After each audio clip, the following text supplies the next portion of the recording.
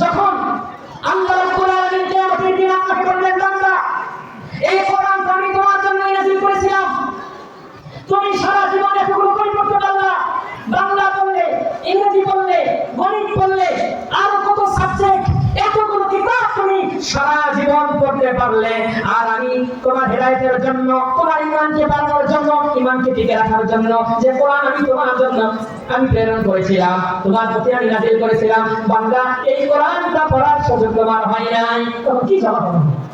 কি জবাব আমরা দেব? আল্লাহর সামনে আমাদের কি জবাব আছে? কি কোনো জবাব নেই। অতএব আমি অনুরোধ করব, এখানে যারা অভিভাবক আপনারা আছেন, আপনার সন্তান, প্রত্যেকটা সন্তান যেন অবশ্যই কোরআন মাজিদ তেলাওয়াত শিখে, এই ব্যাপারে আপনাকে পদক্ষেপ নিতে হবে। এবং আমরা যারা এখনো শিখিনি, যুবক ভাইরা, কত সময় আমাদের এই মোবাইল, ফেসবুক, টিকটক, ইউটিউব, বিভিন্ন গেমস, এগুলোতে কত সময় চলে যাচ্ছে, অথচ কোরআনুল কারীম শিখার মতো, তেলাওয়াত করার মতো সময় আমার হয় না। ও মুসলমান, আল্লাহর সামনে কি জবাব দিবে? আল্লাহ রাব্বুল আলামিন তো তোমার কাছে একটা প্রশ্ন করবে। আপনি আপনার ঈমানকে যদি ধরে রাখতে চান, ঈমানকে যদি বাড়াতে চান, তাহলে দ্বিতীয় কাজ হচ্ছে কিরাআতু সিরাতুর রাসূল সাল্লাল্লাহু আলাইহি ওয়াসাল্লাম। রাসূলুল্লাহ সাল্লাল্লাহু আলাইহি ওয়াসাল্লামের সিরাত, রাসূলুল্লাহ সাল্লাল্লাহু আলাইহি ওয়াসাল্লামের জীবনী পড়তে হবে। কারণ আল্লাহর নবী এমন একজন মানুষ যার ক্যারেক্টার সার্টিফিকেট, চরিত্রের সার্টিফিকেট এই পৃথিবীর কোন বিশ্ববিদ্যালয় নেই। তার ক্যারেক্টার সার্টিফিকেট যিনি দিয়েছেন তিনি রব্বুল আলামিন, আল্লাহ সুবহানাহু ওয়া তাআলা। আল্লাহ তাআলা বলেন, ওয়া ইন্নাকা লাআলা খুলুকিন আযীম। হে নবী, নিশ্চয় আপনি রয়েছেন একটা উত্তম চরিত্রের উপরে। হে নবী, আপনার চরিত্র শ্রেষ্ঠ চরিত্র, আপনার চরিত্র ফুলের মতো পবিত্র, আপনার চরিত্র হচ্ছে উত্তম চরিত্র। এই সার্টিফিকেট কে দিয়েছে? আল্লাহ সুবহানাহু ওয়া তাআলা। অতএব সেই ঈমানের জ্বলন্ত প্রমাণ হচ্ছে আল্লাহর নবী। নবী সাল্লাল্লাহু আলাইহি ওয়াসাল্লাম আমাদেরকে শিখিয়েছেন কিভাবে বিপদ আপদে ধৈর্য ধারণ করতে হবে। আল্লাহর নবী ছোটবেলায় বাবাকে দেখেননি, বাবাকে না, যখন মায়ের পেটে তখনই বাবাকে হারিয়েছেন, জন্মের কিছুদিন পর মাকে হারিয়েছেন, দাদাকে হারিয়েছেন, আত্মীয় স্বজনকে হারিয়েছেন। এতিম নবী, বাবা হারা, মা হারা নবী, জীবনে কত বিপদ আপদ বালা মুসিবত তার উপর দিয়ে গিয়েছে, তিনি সকল ক্ষেত্রে ধৈর্য ধারণ করেছিলেন। ঈমানকে তিনি নষ্ট হতে দেননি, ঈমানকে ধরে রেখেছিলেন। তাই আল্লাহর নবীর জীবনী যদি আমরা পড়ি, তাহলে কেবলমাত্র আমরা আমাদের ঈমানকে ধরে রাখতে পারবো, ঈমান আমাদের মজবুত হবে। কারণ এই ঈমানের প্রতিশ্রুতি হলেন মুহাম্মদুর রাসূলুল্লাহ সাল্লাল্লাহু আলাইহি ওয়াসাল্লাম। আপনারা আমার কিছু নেবেন না, এখানে যারা আছেন আমি বলবো, তারা নবী সাল্লাল্লাহু আলাইহি ওয়াসাল্লামের জীবনীর উপরে এ পর্যন্ত সম্পূর্ণ আল্লাহর নবীর জন্ম থেকে মৃত্যু পর্যন্ত এই জীবনীটা একবার পড়েছিলেন? হাত উঁচু করেন।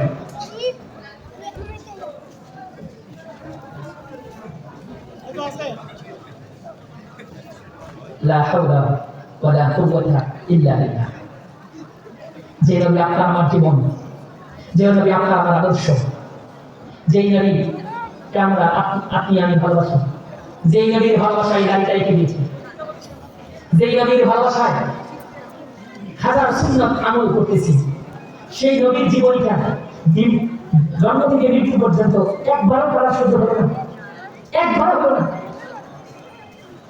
ভাই, কিভাবে ঈমান বাড়বে? কিভাবে আমল বাড়বে? কিভাবে ঈমান মজবুত হবে বলেন? কিভাবে? অসম্ভব। তাই আপনার ঈমানকে মজবুত করতে হবে, ঈমানকে ধরে রাখতে হবে, ঈমানের বাস্তবায়ন ঘটাতে হবে। আপনাকে রাসূলুল্লাহ সাল্লাল্লাহু আলাইহি ওয়াসাল্লামের জীবনী পড়তে হবে। তাই আমি আপনাকে সাজেস্ট করব, বর্তমানে বাজারে আমি আপনাকে দুটি বইয়ের কথা বলবো। এই বই দুটো যে কোনো একটি আপনি কিনতে পারেন, কিনে যদি আপনি সেটা পড়েন, একবার আপনাকে অনুরোধ করব, আপনি নিজে, আপনার স্ত্রী, আপনার সন্তানদেরকে আল্লাহর নবীর জীবনী অন্তত জীবনে মিনাল রিয়াদ ইলাল মাউত, জন্ম থেকে মৃত্যু পর্যন্ত একবার পড়বেন, পড়াবেন, এমন থেকে হাত উঁচু করে দেখান ইনশাআল্লাহ। বলেন ইনশাআল্লাহ। আজকের আলোচনা ভাইরা, সব কথা কিন্তু মানুষ মনে রাখতে পারে না, সব কথা মানুষ আমলও করে না। একটা মাহফিলে আমার হাজারো শ্রোতার মধ্যে যদি একজন আমার একটি কথা যদি তার হৃদয়ে যদি স্পর্শ করে, তার ভিতরে যদি প্রভাব ফেলে একটি কথা, এবং সেটা থেকে যদি সে হেদায়েত পায়, এটাই আমার জন্য যথেষ্ট এবং মাহফিল কমিটির জন্য যথেষ্ট। একজন only one person, বেশি না। কারণ শুনবে সবাই, গ্রহণ করবে খুব কম, গ্রহণ করবে অনেকে, আমল করবে আর কম। এটাই সত্য। আমি আপনাকে দুটা বইয়ের কথা বলবো বাজারে। একটি বইয়ের নাম হচ্ছে আর রাহিকুল মাখতুম। আর রাহিকুল মাখতুম আপনারা চাইলে লিখে নিতে পারেন, মোবাইলেও রেকর্ড করে নিতে পারেন। বইয়ের নাম আর রাহিকুল মাখতুম, এটা আরবি নাম। লিখেছেন আল্লামা সফিউর রহমান মুবারকপুরি রাহিমাহুল্লাহ। তিনি ভারতের মানুষ। কিতাবটা লিখেছিলেন তিনি আরবিতে।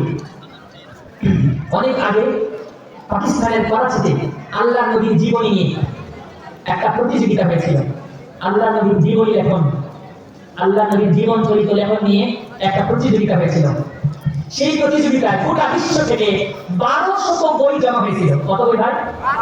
1200 জন লেখক তারা আল্লাহ নবীর জীবনের উপরে লেখনী দিয়ে তারা জমা করেছিলেন সেই প্রতিযোগিতায়। সেই 1200 বইয়ের মধ্যে প্রথম স্থান অধিকার করেছিল যে বই, সেই বইয়ের নাম হচ্ছে আর রাহিকুল মাখতুম। লিখেছেন আল্লামা সফিউর রহমান মুবারকপুরি, আরবিতে বইটা। এরপরে এই বইটা পৃথিবীর অনেক ভাষায় অনুবাদ হয়েছে, বাংলা ভাষায় অনুবাদ হয়েছে। এই বইটা আপনি বিভিন্ন দোকানে পাবেন। 2 নম্বর, আপনাকে যে বইটা কেনার আমি সাজেস্ট করবো সেটা আমাদের বাংলাদেশি একজন লেখক শাইখ ডক্টর আসাদুল্লাহ আল গালিব হাফিজাহুল্লাহ। ডক্টর আসাদুল্লাহ আল গালিব তিনি বই লিখেছেন রাসূলুল্লাহর জীবন চরিত, সিরাতে রাসূল। সিরাতে রাসূল নামে তিনি একটা বই লিখেছেন। এই দুইটা বই, এর যে কোনো একটি বই আপনার বাড়িতে আপনি রাখবেন, নিজে পড়বেন, স্ত্রীকে পড়াবেন, ছেলে মেয়েদেরকে পড়াবেন। অন্তত একবার যদি আপনি এটা করতে পারেন, ইনশাআল্লাহ আশা করা যায় তাহলে আপনার ঈমান বাড়বে, আপনার ঈমান মজবুত হবে, ঈমান হারা হবেন না। এর মাধ্যমে মানুষের ঈমান আরো মজবুত হয়। কারণ ঈমানের একটি জ্বলন্ত প্রতিচ্ছবি হলেন মুহাম্মদুর রাসূলুল্লাহ সাল্লাল্লাহু আলাইহি ওয়াসাল্লাম।